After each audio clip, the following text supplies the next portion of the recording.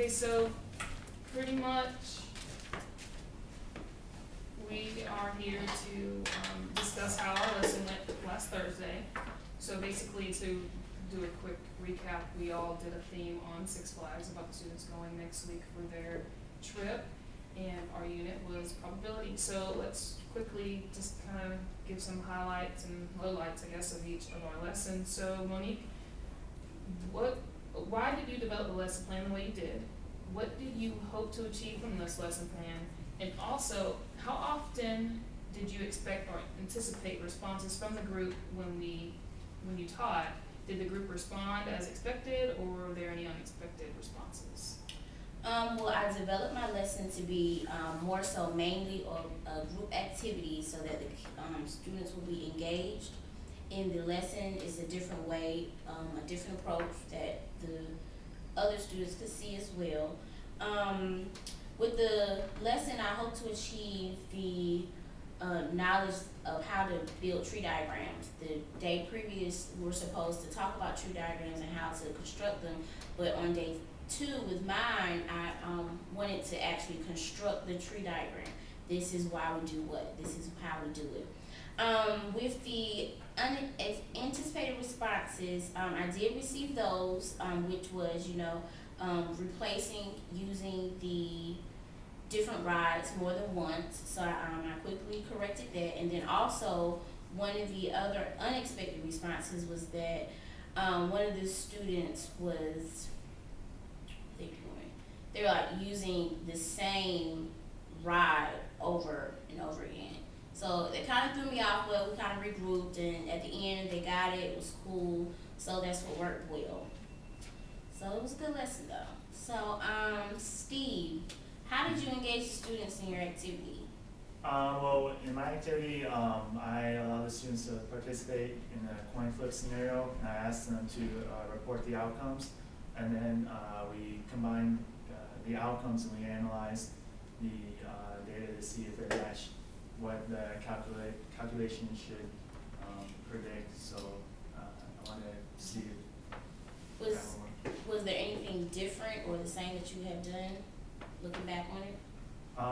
I think in the experiment I would be more careful about collecting the data because I relied on the students to report the data, so it wasn't really organized perfectly because we was missing one outcome, so I think one of the groups failed to report one of the outcomes, so maybe I would do that like at the front of the classroom as like a whole classroom activity instead of breaking up into groups. So Ashley, how do you think the lesson went, and what was the most effective part? I think the lesson went good. The most effective part of the lesson, I think, was when I gave the students the sample spaces and let them pick out the events. That was when I knew that they were able to connect the different outcomes and connect the counting principles together with them. All right. And why did you develop the lesson the way you did? Well, because I wanted to pretty much build an intuitive framework for the students to build upon. So, with a shaky foundation, you can't build a house, and I kind of incorporate that into my teaching methodology. So Adrian, Yes. so how did you incorporate a performance-based activity? I did. I actually incorporated 2 performance-based activities. I did my warm-up with some basic rock, paper, scissors, little game activity for them, and then with the assessment at the end, I took those same questions and kind of made it more advanced for the information that they would have learned through the lesson. And then I also just taught the lesson very briefly and then went straight into an activity with M&Ms and allowed the students to work a hands-on connection with the material and content we just learned. So giving them something to kind of keep them busy at the desk. Okay. And also, did you stay with your lesson plan, or did you have to change it a little impromptu? Luckily, I was able to stay with my lesson plan. So that actually helped me be more organized, that I didn't have to stray off my track at all. I was able to kind of stay where I was at. Cool.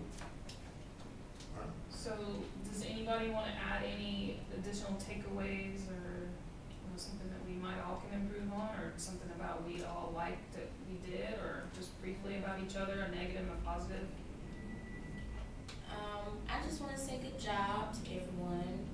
The group activities were good because sometimes people think that kids have to know it before you releasing the activity to them, but more so they learn more so in the hands of it. So good job. Yeah, I think that was great that each one of us had a hands-on connection the students were allowed to do. I thought the same thing. I thought everybody did really good, and that's the line shines once more.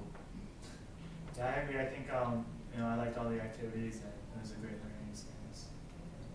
Alright, so with nothing else to add, that concludes our Unit 1. Good job, guys.